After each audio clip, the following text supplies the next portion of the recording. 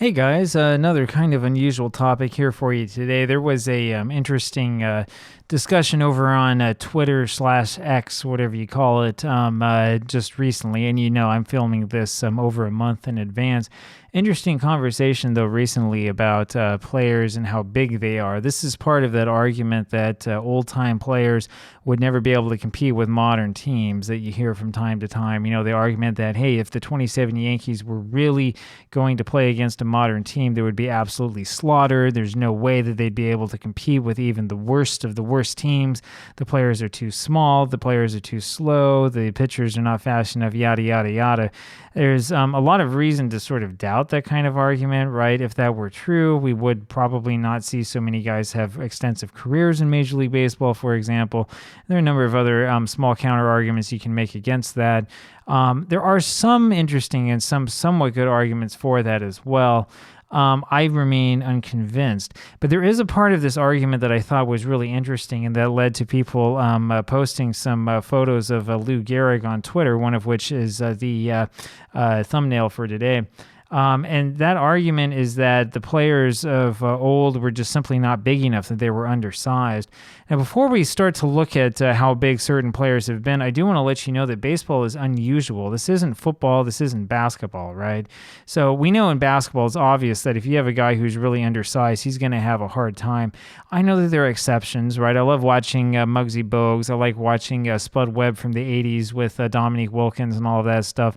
But these guys really were the exception to the rule, right? I mean, if you've played basketball, and I've played quite a bit, you know that having a size advantage really is a major advantage. There's a little bit of advantage to having a good, not just a strength advantage, but advantage of having a big body, but it's really the height that gives you that amazing advantage because it's a lot easier to shoot the basketball or to dunk it if you're taller than everybody else, right? So that's a sport where definitely it's obvious that having a size advantage makes a difference.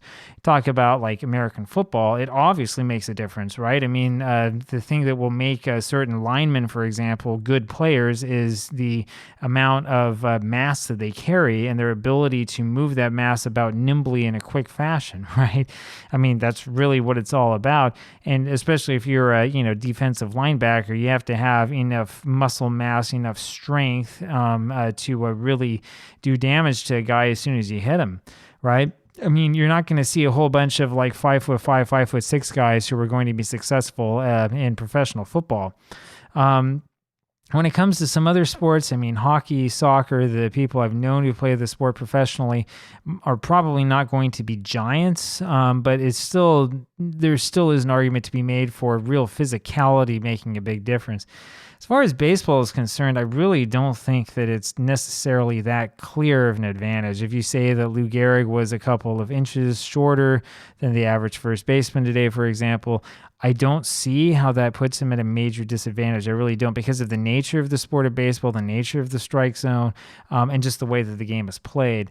So while saying that, I thought, it might be interesting to take a look at sort of how big some of the more famous guys were, because we really don't usually talk about this stuff, right?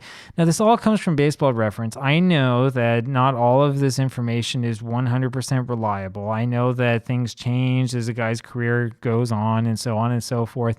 I also know as well that some guys might have their stats a little bit exaggerated for whatever reason. So take it all with a grain of salt, right? We're not doing a scientific study on this. There are other people who have done that kind of study, and that's the reason why I put out those caveats. But you see here, I mean, Lou Gehrig was 6'0", so he was taller than me. I'm 5'9", 200 pounds, which means that he was considerably heavier than me as well. And you look at those pictures of him, and I mean, he looks like he's built like a tank. I mean, he's got these just absolutely enormous legs, just huge.